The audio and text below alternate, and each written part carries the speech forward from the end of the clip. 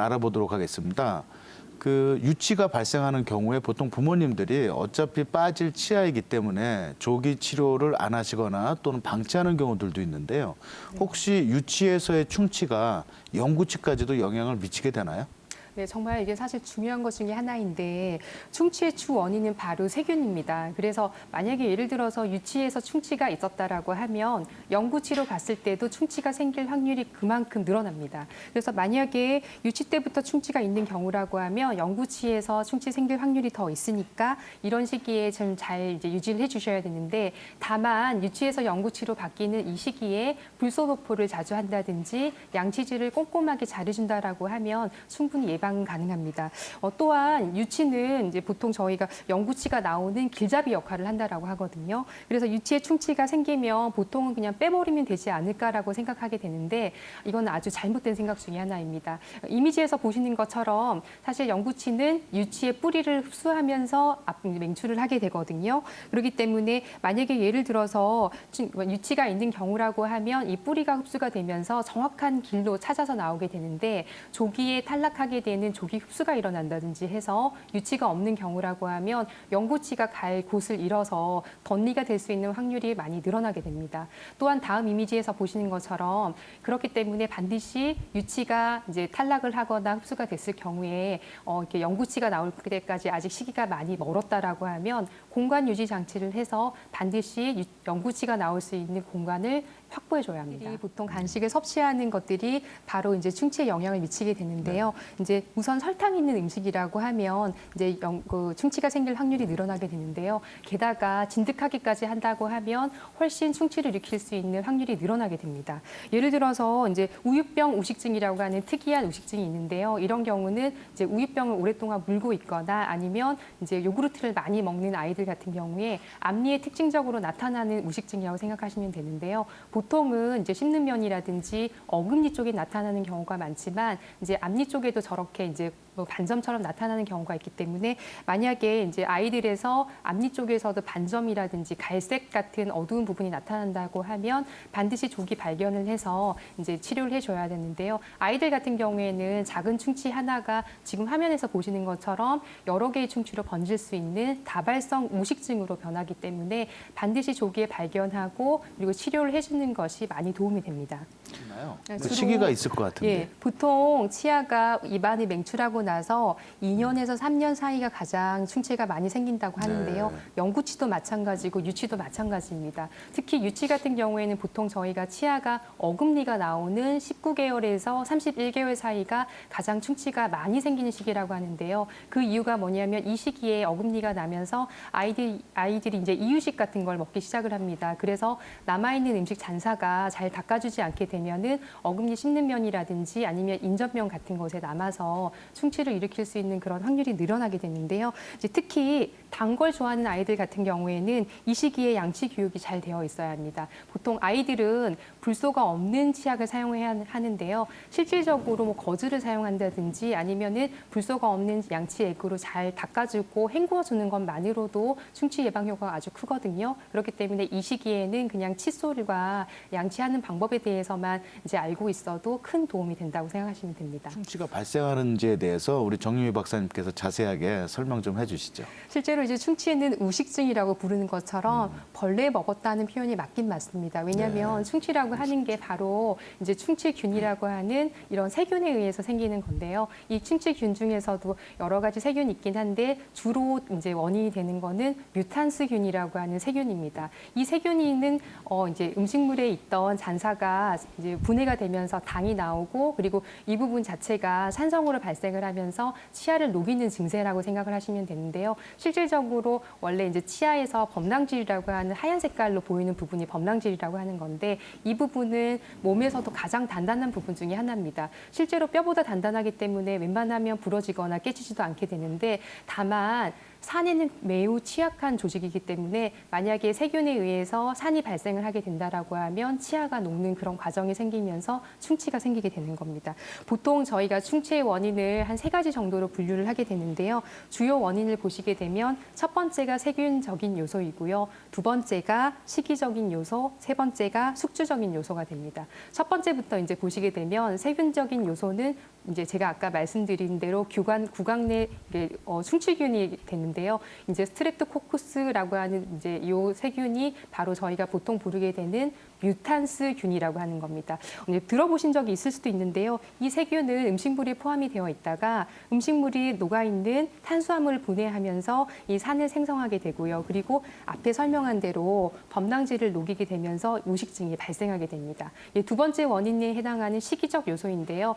탄수화물이나 설탕 등의 당분에 의해서 충치균이 가장 많이 생기게 되는데요. 특히 이 당분에 의해서 생긴 충치균 자체가 시간이 지나면 더 많이 산성도를 낮추게 되기 때문에 특히 아까 제가 말씀드렸던 무탄수균은 산성도에서 굉장히 활동력이 강해집니다. 그래서 더 많이 이제 치아를 녹이게 되고요. 그럼에 따라서 이제 범랑질과 상아질, 신경까지 침입을 하게 되면 굉장히 통증도 많이 일으킬 수 있게 됩니다. 세 번째 해당하는 숙주적 요소인데요. 이제 저희가 보통 충치 같은 경우에는 양치질만 잘하면 이제 뭐 예방할 수 있다라고 얘기를 하는데요. 아무리 똑같이 밥을 먹고 양치질 잘했다고 하더라도 특별히 충치가 또 잘 생기는 분들이 있습니다. 이게 개인적인 차이가 있는 건데요. 대부분은 몸속에서 구강에서 뭐 침이 잘 나오지 않는다거나 아니면 특별하게 그 산성도가 더 오랫동안 유지가 되는 분들이 있으세요. 그래서 이런 경우라고 하면 당연히 양치질을 조금 더 열심히 하고 꼼꼼하게 해주는 게 중요하지만 그래서 저희가 이제 보통은 양치질을 할 때 밥을 먹자마자 빨리 이제 양치질 해주는 걸 좋다라고 얘기하게 되거든요. 보통은 이제 하루에 3번 그리고 3분간 그리고 밥을 먹은 지 3분 이내에 양치질을 해주라고 하는 이유도 이렇게 시간적인 기간이 늘어나게 되면 산성도에 있던 입안이 훨씬 더 많이 늘어나기 때문에 충치균이 활성화될 가능성이 더 높아지는 거거든요. 최근에는 이 3분이 아니라 밥을 먹고 나서 1분 이내에 산성도가 가장 낮아지는 그런 시기가 있기 때문에 이 시기 내에 양치질을 하는 게 좋다라고 하는 얘기가 나올 정도니까요. 이제 이런 양치질을 하는 거라든지 개인적인 요소 매우 중요하다라고 이제 아시면 되겠습니다. 우선은 충치 치료에 대해서 알아보기 전에 충치의 단계라든지 이런 거를 좀 알아보면 좋을 것 같긴 하거든요. 네, 네, 그래서 네. 제가 한번 이미지를 준비해 보긴 했는데 충치 단계가 보통은 4단계 정도로 나눌 수가 있습니다. 이게 지금 이미지에서 보시는 것처럼 1단계, 2단계, 3단계, 4단계에서 보시면 검정 색깔 부분이 이제 충치에 해당하는 건데요. 1단계에서 보시면 충치 범위 자체가 하얀 색깔 범랑질에만 해당하는 부분이거든요. 그러다 보니까 이런 경우에는 치료 방법 자체가 저희가 치료를 안 하는 경우도 있고요. 만약에 진행이 되고 있다라고 하게 되면 이런 경우 예방적인 차원에서 치료해 주는 정도가 다입니다. 근데 만약에 2단계로 진행을 해서 검은 색깔 범위가 범랑질을 통과해서 상아질까지 노란색까지 진행을 했을 때는 이제 앞으로 급격하게 충치가 진행될 가능성이 높거든요. 이런 경우에는 저희가 이제 탐침 기구를 이용해서 긁어봤을 때 이제 충치가 긁혀 나오는 그런 증세가 있기 때문에 충치가 이미 진행이 되고 있다라고 보시면 됩니다. 이때부터는 적극적으로 치료를 해줘야 되는데 그래도 아직까지는 범위에 따라서 아주 간단하게 레진 치료를 한다든지 아말감을 할 수도 있고요. 그리고 심한 경우에는 뭐 인네이라든지 온네이 제가 나중에 설명드릴 이런 단계로 넘어갈 수가 있고요. 그다음 3단계를 보시게 되면 이제 상아지를 좀 더 통과를 해서 신경까지 침입을 할 수 있는 가능성이 늘어난 단계입니다. 이 단계에서는 통증이 나타나기도 하고요. 그렇기 때문에 저희가 필요에 따라서는 충치 치료 외에 신경치료를 진행하기도 하게 되는데요. 이 단계에서 만약에 치료를 못하고 다음 단계 4단계로 넘어가게 되면은 지금 검정 색깔 부분이 뭐 이제 치아의 내부에 있는 신경까지 모두 침입을 해서 그리고 아래쪽에 뿌리 쪽에도 보면 검정 색깔이 보이는데 이제 고름이 발생하거나 신경이 완전히 죽은 단계가 됩니다. 이렇게 되게 되면은 치아를 살릴 수 있는 기회를 이제 상실했기 때문에 어쩔 수 없이 치아가 부러지거나 아니면 이제 저희가 치과 치료를 하면서 이를 빼야 되는 그런 단계가 되실 수도 있거든요. 그래서 반드시 충치는 1단계 또는 3단계 사이에 치료를 하셔야만 이제 여러분의 건전한 치아를 살릴 수가 있는 게 됩니다. 단계별 충치 치료 방법들은 어떤 것들이 있습니까, 원장님? 네, 제가 아까 조금씩은 설명을 드리긴 했는데 이제 네. 조금 더 구체적으로 단계별로 한번 설명을 드린다고 하면요. 1단계 또는 2단계에서 치료를 시작할 때는 아직까지는 조금 간단하게 치료가 가능합니다. 보통 심하지 않은 1단계, 2단계 단계에서는 특히 1단계 같은 경우에는 저희가 이제 긁었을 때 긁혀 나오지 않는 경우가 많기 때문에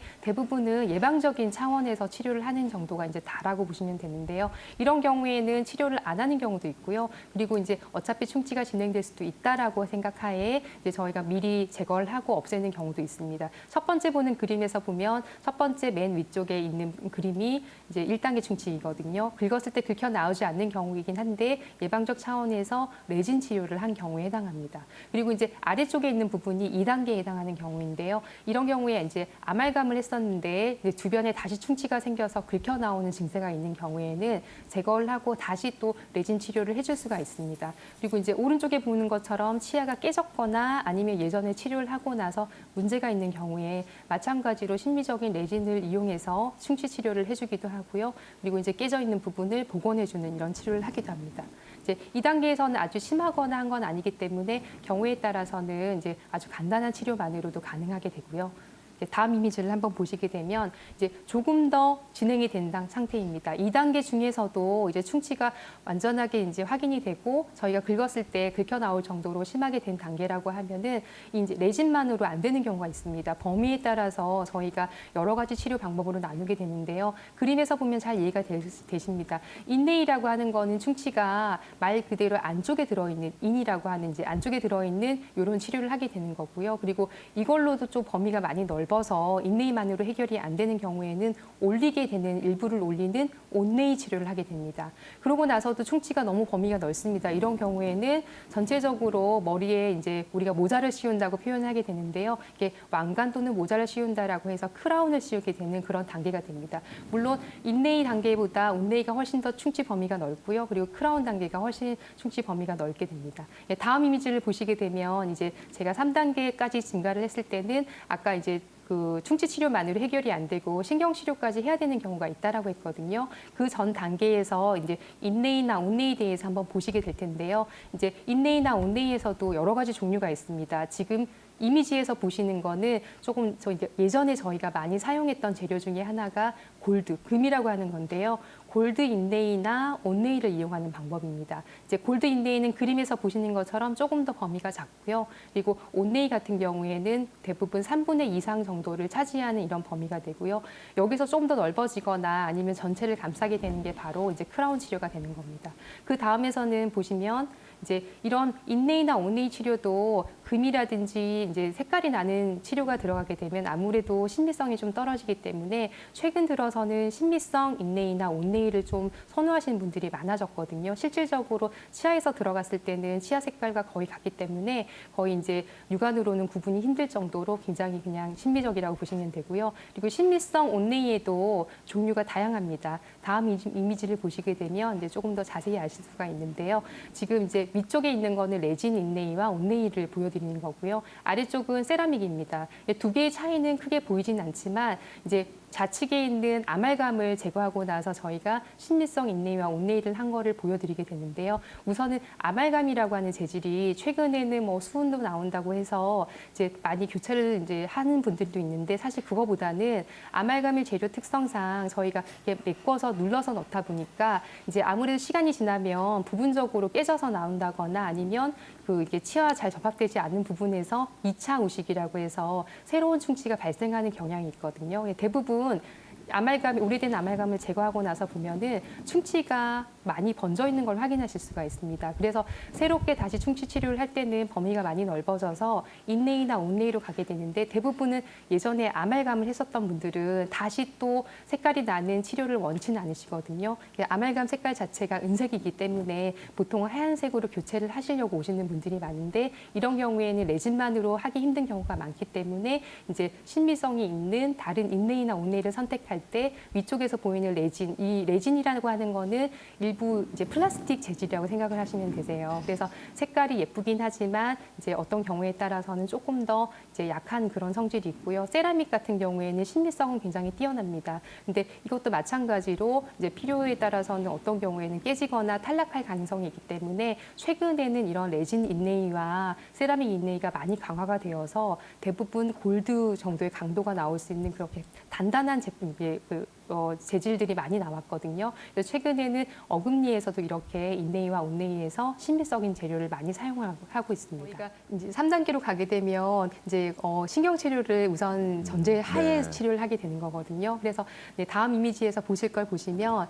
우선은 아말감을 제거하고 나서 여러 개의 인네이나 온네이로 교체를 하는 그런 시기가 있습니다. 네. 그런 시기에는 대부분 뭐 심미적인 거라든지 이런 거 위주로 치료하시는 분들이 많은데요. 이제 오래된 수복물이 있다거나 이런 경우라고 하면 반드시 제거를 했을 때 안쪽에 충치가 많이 진행됐을 가능성이 있기 때문에 오랜 시기가 지났다. 예를 들어 10년 가까이 됐는데 아직까지 예전 수복물이 있다라고 하면 반드시 한번 교체를 해보시는 걸 권장을 드리는 게요. 그래도 이때까지는 저희가 아말감을 제거를 하고 인네이나 온네이로 치료를 해서 신비적인 치료만으로 마무리를 하실 수가 있습니다. 하지만 다음 단계인 3단계로 넘어갔을 때는 우선은 치아를 일단은 신경을 저희가 치료를 할 때는 신경을 죽인다라고 표현을 하게 되거든요. 물론 이제 살아있는 치아 치료를 저희가 하는 거긴 하지만 치아를 살리기 위해서 저희가 치료를 할 때 신경을 죽이는 치료를 하게 되는 거거든요. 그렇기 때문에 2단계에서 치료를 마무리하시는 게 가장 좋지만 어쩔 수 없이 3단계에서 저희가 치료를 하는 경우에는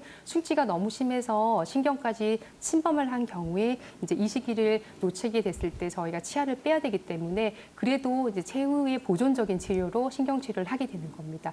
다만 이제 다음 이미지에서 보시게 되면 저희가 3단계 충치 치료의 모식도를 한번 보여드릴게요. 지금 이제 3단계 충치 치료는 바로 핵심이 신경 치료입니다. 첫 번째 이미지에서 보는 것처럼 3단계 충치가 진행이 돼서 신경 하방에 이제 염증이 생기고 이제 신경 일부가 이제 오염됐을 경우인데요. 이런 경우에 마취를 해야 됩니다. 그래서 마취 후에 왜냐하면 신경까지 이제 침입을 했기 때문에 저희가 신경을 건들 때 굉장히 통증이 있거든요. 그렇기 때문에 마취 후에 충치를 제거를 하고요. 그런 다음에 신경까지의 길이를 조그마한 이제 뾰족한 기구를 넣어가지고 정확하게 측정을 하게 됩니다. 그리고 나서 염증을 모두 제거하게 되는데 이게 한 번에 끝나는 게 아니라 사실 신경이라고 하는 게 우리가 보통 얘기할 때 인삼뿌리 뭐 이렇게 얘기를 하는 게 큰 관이 있으면 그 주변에 또 아주 장 가지들이 많이 있기 때문에 여러 번 이용해가지고 정확하게 염증을 제거를 해야 합니다. 그러고 나서 이제 이 남아있는 부분을 단단한 물질로 메꾸고 나서 아무래도 신경 치료를 하고 나게 되면은 치아가 이제 좀 많이 약해진 상태가 되거든요. 이제 겉으로 보기에는 일반적인 치아와 같지만 실질적으로는 굉장히 약해져 있는 치아가 거의 고목나무와 같은 이제 푸석푸석한 상태로 바뀌기 때문에 강한 충격을 받게 되면 부러질 수 있는 그런 상황이 됩니다. 그래서 이제 신경치료 후에는 반드시 위쪽에 보강을 할 수 있는 단단한 재료로 메꾸게 되는 이런 과정이 있게 되는데요. 우리가 보통 크라운이라고 부르는 보철 치료를 하게 됩니다. 그래서 이제 끝나고 나서 이제 겉으로 보기에는 크게 다른 차이가 없지만 우선은 치아가 살아있는 치아에 비해서는 어쨌든 약해져 있는 부분이 있습니다. 그래서 치료 전의 모습을 보게 되면 신경치료 전의 모습은 대부분 치아가 저렇게 심하게 변색을 했거나 상태가 좋지 않은 상태에서 내원을 하게 되고요. 그리고 이제 치료 후에는 겉으로 봤을 때는 이제 말짱한 상태로 되긴 하지만 아무래도 치아가 신경이 없는 상태라서 약해질 수 있기 때문에 이 이후부터는 정기 검진 같은 것들도 중요하고요. 그리고 아무래도 단단한 음식을 먹거나 하는 거에도 좀 주의를 하셔야 합니다. 살리지 못하고 인공치아 치료법도 필요할 것 같습니다. 네. 그러니까 사실은 지금 저희가 3단계에서 치료를 할 때 굉장히 힘들어요. 그러니까 신경치료를 하다가 그냥 멈춘다든지 아니면은 그냥 아프다는 이유로 그냥 치료를 안 하시거나 포기하시는 경우도 많으신데요. 사실 그나마 3단계까지 했을 때는 자기의 치아를 살릴 수 있는 유일한 이제 그런 단계라고 보시면 되는데요. 만약에 4단계까지 그러니까 진행이 돼서 치아를 더 이상 살릴 수 없는 단계가 된다라고 하면 어쩔 수 없이 치아를 빼야 되는 경우가 있습니다. 그리고 또는 그 전에 부러지는 경우도 있기 때문에 이런 경우에는 보통 치료 방법 자체가 두 가지로 나누게 되는데요. 첫 번째 방법은 이미지에서 보시는 것처럼 이제 많이 예상을 하셨겠지만 치아를 빼고 나면 할 수 있는 방법이 바로 임플란트입니다. 그래서 임플란트 같은 경우에는 모식도에서 보시는 것처럼 이제 치아에 없는 부분만 이제 인공 치근을 삽입을 하고 그 이후에 이제 잇몸 밖으로 나오는 그 보철물을 올리게 되는 이런 과정을 하게 되고요. 그리고 요거의 장점 자체는 뭐냐면 주변의 치아가 건전할 경우에 이제 우리가 식립해야 될 부분만 이제 그 삽입을 해서 다른 주변 치아를 전혀 건드리지 않고 그리고 기능을 회복할 수 있는 이런 방법이고요. 두 번째 방법은 브릿지라고 하는 방법입니다. 이제 이런 경우에는 뭐냐면 치료 기간 자체가 임플란트는 보통 뼈에 고정되는 기간 자체가 뭐 3개월, 6개월까지 걸린다고 하기 때문에 브릿지 방법을 또 선호하시는 분들이 있으세요. 왜냐하면 요거는 단지 몇 주면은 완성이 되기 때문에 이제 브릿지를 원하시는 분들도 있지만 다만 자세히 보시면 주변에 있는 치아를 건전한 치아를 좀 다듬거나 깎은 다음에 이제 다리 모양으로 해서 브릿지를 씌우게 되는데요. 이런 경우도 이제 꼭 나쁜 것만은 아닌 게 예를 들어서 주변에 있는 치아가 충치에 이미 이완이 돼서 이제 이 부분을 어차피 크라운을 해야 될 경우라고 하면 그냥 이 부분을 다듬어서 브릿지를 하셔도 되고요. 그리고 임플란트를 못하는 경우라고 하면 당연히 브릿지 수식 자체가 나쁜 수식이 아니기 때문에 선택적으로 이제 활용하실 수가 있습니다. 네, 그렇군요. 박사님, 유치에서 또는 유치에서 그 연구치료 진행되는 과정에서 충치를 예방하는 치료법이 또 따로 있다라고 알고 있는데요. 네. 어떤 것들이 있습니까? 사실 이제 제가 충치가 생기기 전에 예방을 해주는 게 가장 좋잖아요. 네, 특히 네, 네. 이게 이제 유치에서는 정말 중요한 것 중에 하나인데요. 유치에서 충치가 생겼다라고 하면 영구치에 충치가 생길 확률이 훨씬 높다라고 했기 때문에 반드시 예방 치료를 해줘야 합니다. 주로 이제 성인에서는 이제 치석 제거를 해가지고 치태를 없애주면 된다라고 하지만 이제 어린이들한테서는 치석 제거를 특별하게 하진 않거든요. 이런 경우에는 저희가 이제 치태가 아무래도 세균의 온상지라고 해서 충치가 생기게 하는 가장 큰 원인이기 되기 때문에 이제 치면 세마라고 하는 방법을 이용해서 이제 치태를 없애주게 됩니다. 이제 이미지를 한번 보시게 되면요, 아주 간단한 방법 중에 하나인데 유치에서 양치질을 아무리 꼼꼼하게 한다고 하더라도 사실 아이들이 제대로 양치질을 못하는 경우가 많거든요. 그래서 이제 정기 내원을 해서 뭐 3개월에 한 번 정도씩 치아 표면을 닦아주게 된다라고 하면 아무래도 치태가 생길 확률이 적어지기 때문에 이제 이런 부분에서 많이 충치가 줄어들 수가 있고요. 두 번째 이미지를 보시게 되면 조금 더 적극적인 방법입니다. 치아 홈메우기라고 하는 건데요. 보통 충치가 생기는 부분이 대부분은 이제 60%에 해당하는 부분이 씹는 면에 이제 충치가 생기거든요. 그래서 이 원인을 없애기 위해서 아예 이제 씹는 면에 울퉁불퉁하게 되어 있는 이 열구라고 불리는 부분을 아예 이제 원천적으로 이제 음식물이 끼지 않도록 막아주는 방법입니다. 쉽게 얘기하면은 실란트 또는 뭐 치면 열구 전색이라고 하는 이제 이런 용어도 있는데요. 이렇게 해서 말 그대로 치아 홈을 메꾸게 되면은 앞으로 충치를 생길 확률 자체가 없어지기 때문에 이런 방법을 해서 아예 충치가 생기는 원인을 없애는 방법이 있는데요. 이제 다행인 거는 보통 저희가 8개에 해당하는 어금니들을 모두 다 해줄 필요가 있는데 이제 만 6세부터 만 18세 사이의 어린이나 청소년들은 최근에는 이게 건강보험도 적용이 됩니다. 물론 이제 이미 충치에 이완된 경우에는 이 치료는 거의 효과가 없기 때문에 만약에 자녀나 주변의 아이들 중에 이제 아직은 충치가 없는데 이제 이런 걸 할 수 있는 경우라고 하면 반드시 치과 검진을 통해서 이제 빠른 시기에 이제 이렇게 홈메우기 사업을 해주게 된다라고 하면 앞으로 충치가 생길 가능성이 확연하게 줄어들게 됩니다.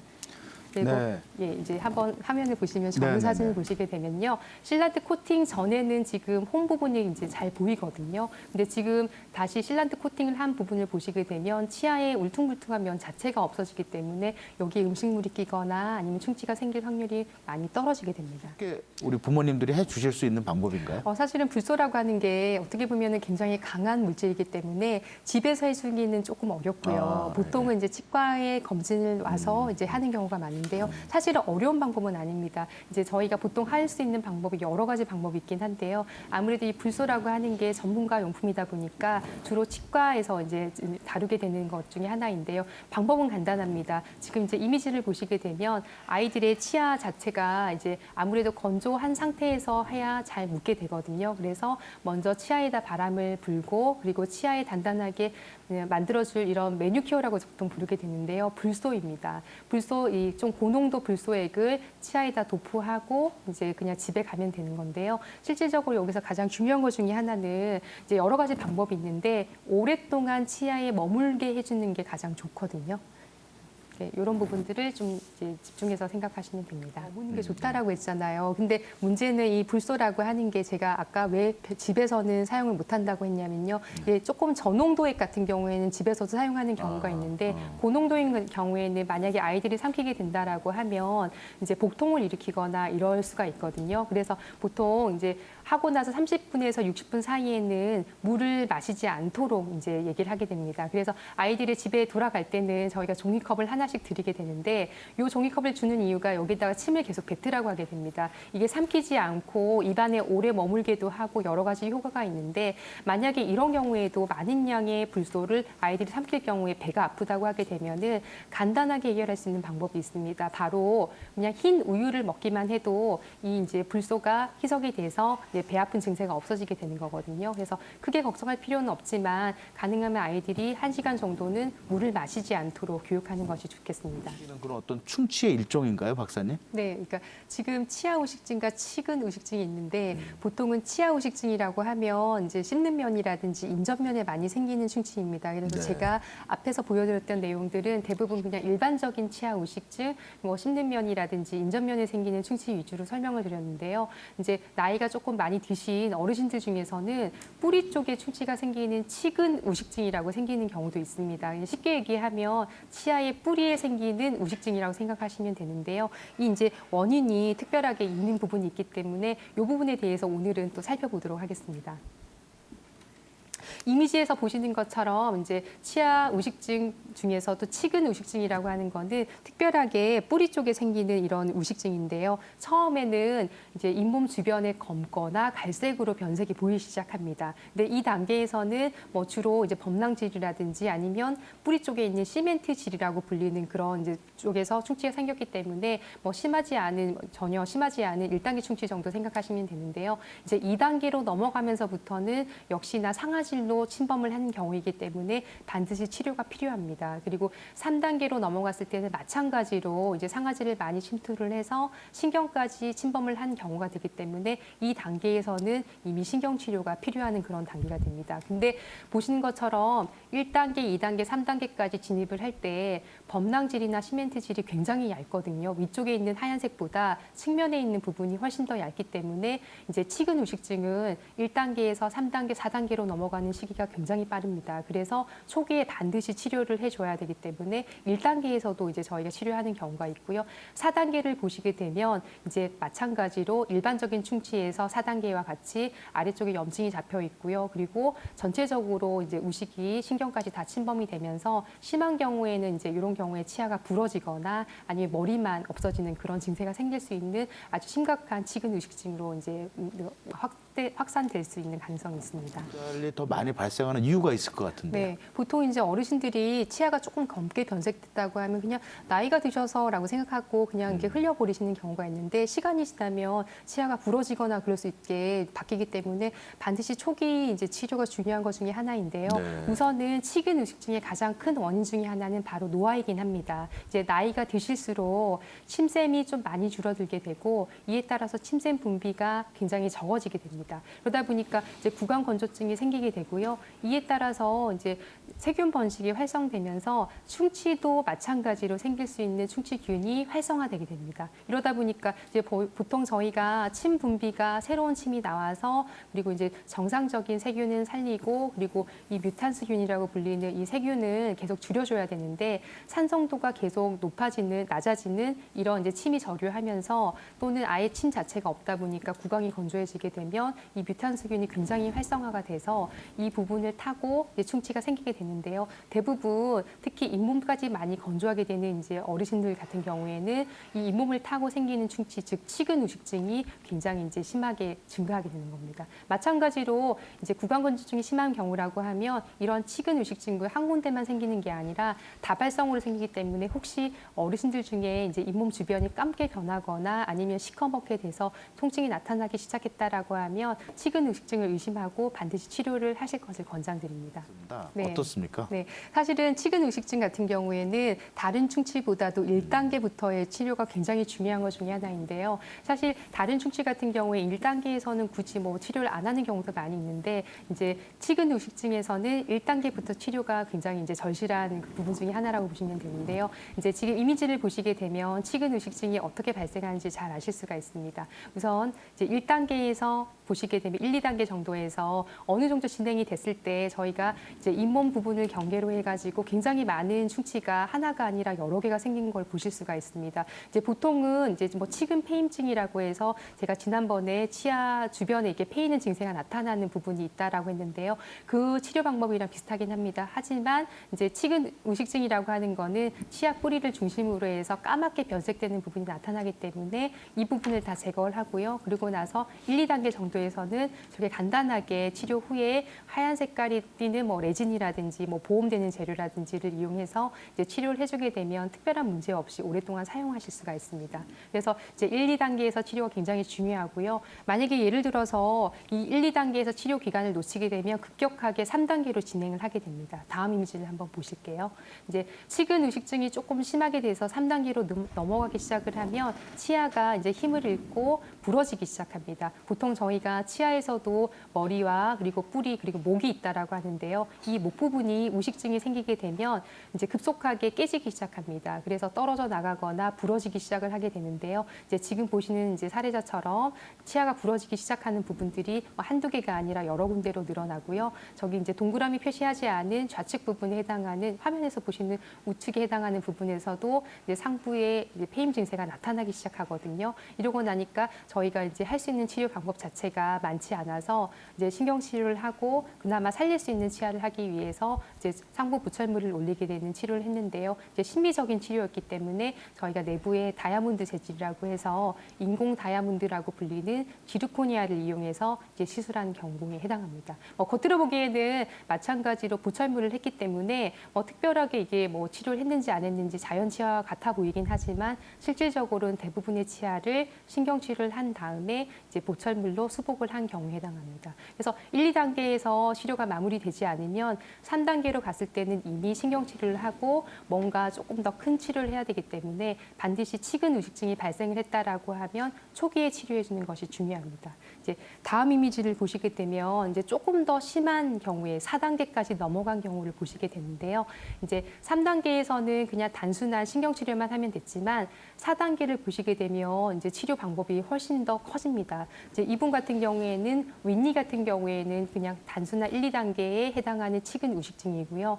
아랫니 같은 경우에는 지금 이제 4단계까지 넘어가서 치아가 다 부러지거나 이제 신경 치료를 해도 살릴 수 없는 치아가 거의 다 대부분이었기 때문에 이제 조금 더 자세하게 보시게 되면 이제 좌측 하단에 있는 치아이거든요. 아랫니를 좀 구체적으로 보게 되면 이제 씹는 면에서 봤을 때는 뭐 남아있는 치아가 거의 없다고 보시면 됩니다. 그래서 이제 이 경우에는 만약에 치아를 다 빼게 되면은 심한 경우에는 틀니를 해야 되는 경우도 있기 때문에 저희가 이제 신경 치료를 해서 살릴 수 있는 치아들을 살려보고 윗니 같은 경우에는 저희가 살렸고요. 아랫니 같은 경우에는 이제 이를 빼고 나서 임플란트를 모두 다 시술을 해서 전체적으로 임플란트 시술로 해결한 경우입니다. 만약에 임플란트를 하지 않는다고 하면 이런 경우에는 어쩔 수 없이 이를 모두 빼고 이제 틀니를 해야 되는 경우에 해당하기 때문에 치근 의식증을 관과하는 그런 관과해서는 안 되는 그런 이제 질병이라고 보시면 됩니다. 그 치아 교정을 통해서도 이 충치를 예방하거나 또는 이 치근 우식증을 예방 또 치료 이게 가능한가요?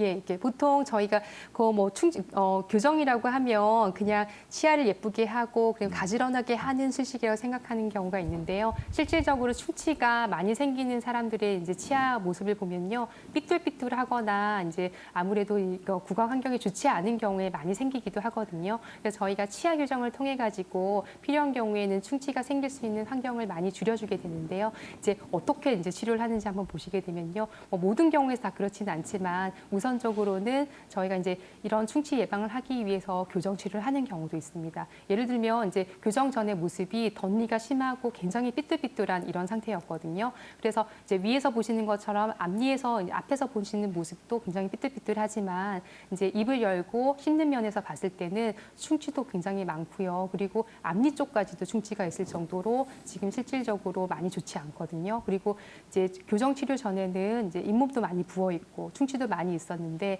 저희가 치아 교정을 하면서 이분 같은 경우에는 이를 빼고 치아 교정을 해야 되는 분이셨어요. 공간이 많이 없기 때문에 이 경우에 저희가 충치가 좀 심한 치아를 빼고 교정을 해서 충치 개수도 없애고 그리고 지금 치료가 끝나고 나서 저희가 다시 충치 치료를 하거나 해서 이제 깨끗한 환경을 만들었고요. 그리고 앞으로도 충치가 생기지 않도록 이제 좀 가지런하고 이런 이제 치아를 만들어 놓은 상태입니다. 그래서 이런 식으로 실제로 성인에서도 저희가 이제 교정 치료만 하더라도 충치가 많이 없어질 수 있기 때문에 이제 일반적인 교정 치료가 그냥 치열만 가지런하게 하는 게 아니라 뭐 잇몸 치료에 효과가 있다든지 아니면 충치 예방 효과까지 있다는 거를 이제 잘 기억을 해주시면 좋겠습니다. 임플란트를 했었는데요. 네. 네, 저 아리고 해서 다시 뺐거든요. 네네. 네, 그래가지고 빼가지고 그냥 있는 상태예요. 네네네. 그래서 이제 여러 가지로 불편한 게 있어요. 이제 말할 때도 네. 빼고 좀 그런 게 있어요. 아, 그 부분에 대해서 예. 우리 그 정유미 박사님 바로 연결시켜 드릴 테니까 자세하게 상담 받아보세요. 네, 안녕하세요, 어머님. 네, 안녕하세요. 예, 안녕하세요. 이렇게 임플란트를 언제 하셨다가 몇 개를 하셨다가 지금 이제 뺀 상태인가요? 한 4년 됐어요. 3년밖에 안 되신 거예요? 네, 예. 또 아리고 그래서 빼놨거든요. 네. 네, 그래서 또 옆에 있는 것도 또 마저 뺐어요. 예. 그래가지고 지금 한 6개월 된 것 같아요, 지금. 예. 혹시 이거 임플란트를 뺄 때 원인이 있었나요? 혹시 많이 흔들렸거나 아팠었나요? 네, 많이 흔들렸고 예. 아팠어요. 그래서 뺐거든요. 근데 지금 바로 임플란트를 식립을 할 수 있는 상태는 아니라고 하던가요? 아니, 거기서 다시 해준다 그랬거든요. 예. 근데 좀 이렇게 못 믿어가지고.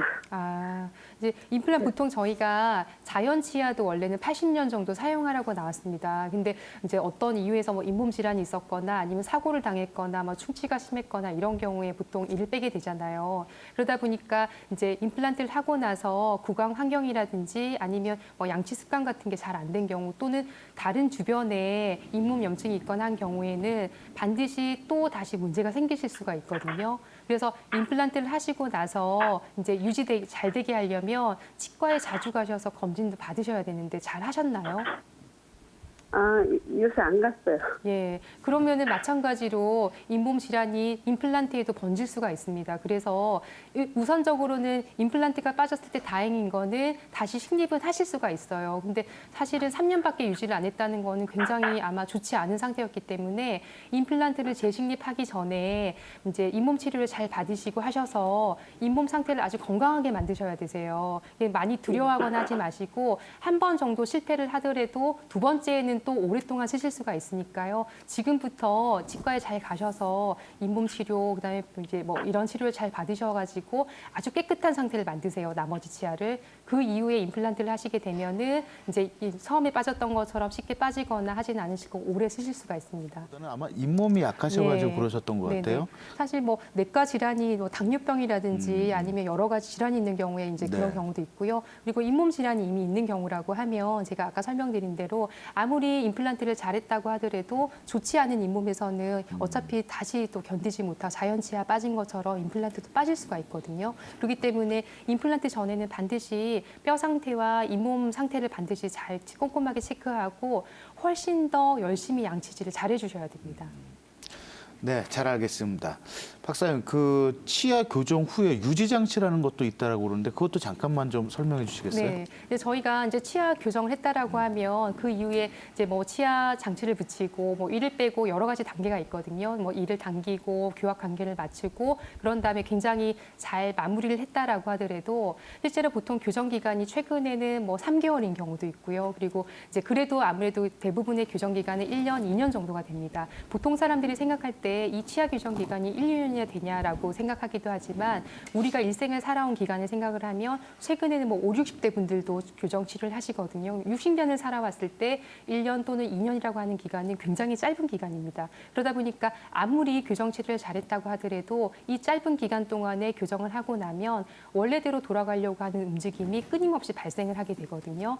특별히 저희가 교정에서는 이게 유지가 안 된다, 재발했다라고 표현을 하게 되는데 그래서 보통은 치아 교정 규정을 하고 나면은 그 이후에 그냥 장치를 떼는 게 아니라 유지 장치라고 하는 거를 부착을 하게 되는데요. 이제 장치도 종류가 여러 가지가 있습니다. 이미지에서 보시는 것처럼 이제 안쪽에 눈에 띄지 않게 보이게 하는 이 장치가 부착성 장치라고 해서 항상 고정이 되어 있는 고정성 장치이거든요. 이 장치를 만약에 불편해서 하지 않는다라고 하면 뺐다 꼈다 할 수 있는 탈착성 장치가 또 따로 있습니다. 중간이나 그 끝에 오른쪽에 있는 이제 장치 중에 하나인데요. 뭐 디자인은 굉장히 다양하고요. 이런 경우에 유지 장치를 하고 나서 이제 저희가 보통 치과 교정학회에서는 2년 정도의 기간 동안은 반드시 유지 장치를 하고요. 이 경우에는 이제 6개월간은 24시간 밥 먹는 시간 제외하고는 반드시 이제 유지를 해주고 그 이후에는 그냥 밤에만 장치를 사용해도 유지가 된다라고 이제 보통 얘기하게 되거든요. 이게 어렵게 치아 규정을 했기 때문에 또는 뭐 임플란트를 하고 나서도 마찬가지인데요.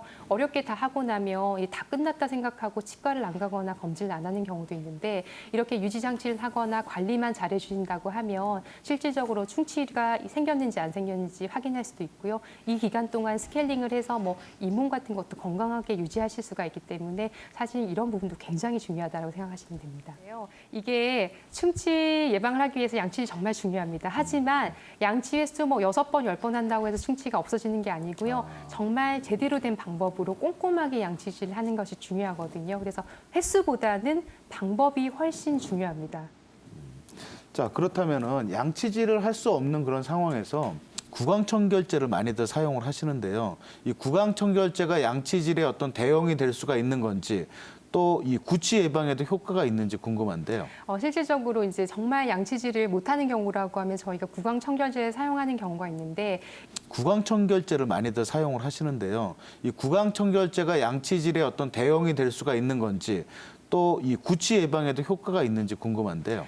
실질적으로 이제 정말 양치질을 못하는 경우라고 하면 저희가 구강청결제를 사용하는 경우가 있는데 이 구강청결제가 단순히 그냥 단독으로 사용했을 때는 거의 양치질의 의미가 없습니다. 양치질을 하고 나서 깨끗하게 된 상태에서 구강청결제를 사용해야 하는데요. 일시적으로는 구취 예방이 가능합니다. 하지만 장기적으로 사용했을 때 특히 구강청결제 중에서는 알코올 성분이 들어있는 이제 청결제도 있거든요. 이걸 장기간 사용하게 되면 구강 건조증이 발생하게 됩니다. 그래서 오히려 너무 오랫동안 사용했을 경우에는 오히려 구취가 증가하는 그런 경우도 있기 때문에 반드시 장기간 사용하시려고 한다라고 하면 알코올 성분이 없는 구강 청결제를 사용하시는 것이 좋겠습니다.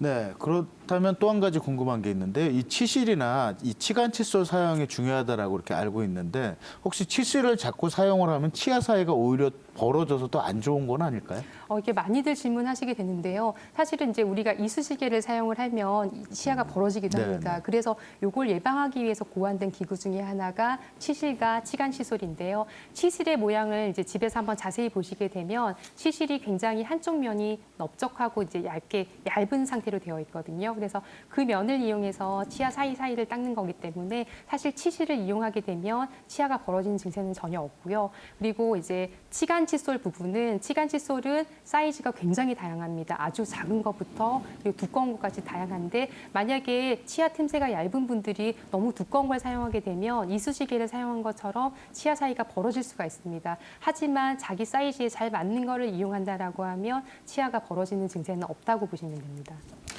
네, 마지막으로 이 연인 간의 애정 표현, 키스를 통해서도 이 충치가 옮겨질 수가 있어요? 예, 사실 이런 거에 관한 연구들이 많이 있는데요. 실질적으로 예, 맞습니다. 그래서 이제 뭐냐면 저희가 아까 충치의 원인이 바로 세균이라고 했잖아요. 이 세균이 입안에 있는 세균이기 때문에 이제 저희가 키스를 하거나 이제 그랬을 경우에 옮을 수가 있긴 한데요. 이제 엄밀하게 말하면 아무리 충치균이 옮았다고 하더라도 또 충치가 잘 이완이 되지 않는 분들도 있고 양치질 잘하는 분들도 있기 때문에 이런 경우에 이제 엄밀하게 얘기하면 충치보다는 충치 자체가 없는 건 아니고 충치균은 옮을 수 있는 게 맞습니다. 그래서 이제 여러분들이 사랑하는 가족이나 연인들을 생각해서라도 충치가 있는 분들은 반드시 제때 치료를 받으시고 건강 이제 검진을 잘 받으시는 게 좋겠습니다.